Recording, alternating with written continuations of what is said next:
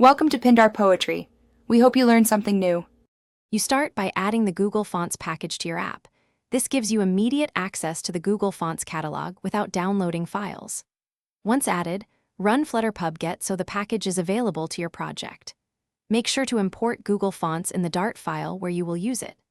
Doing this first simplifies later steps because you can reference fonts directly through code rather than managing font assets manually, and it reduces app bundle complexity.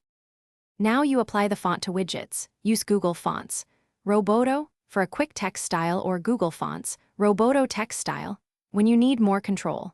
Once done, you can assign the result directly to text widget style or to theme data. Text theme for app-wide consistency.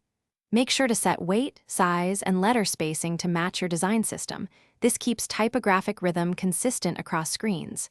If you use theme data, subsequent screens inherit the font. Finish by hot reloading or restarting the app to see the fonts in place. Hot reload usually works, but some theme changes need a full restart. Make sure to provide a fallback font in your text style so the UI stays readable if the web font loads slowly.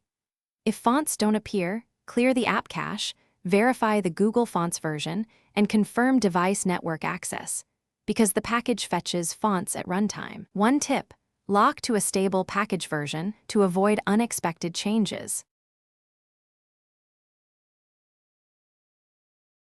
Thanks for watching. Consider subscribing if we helped you.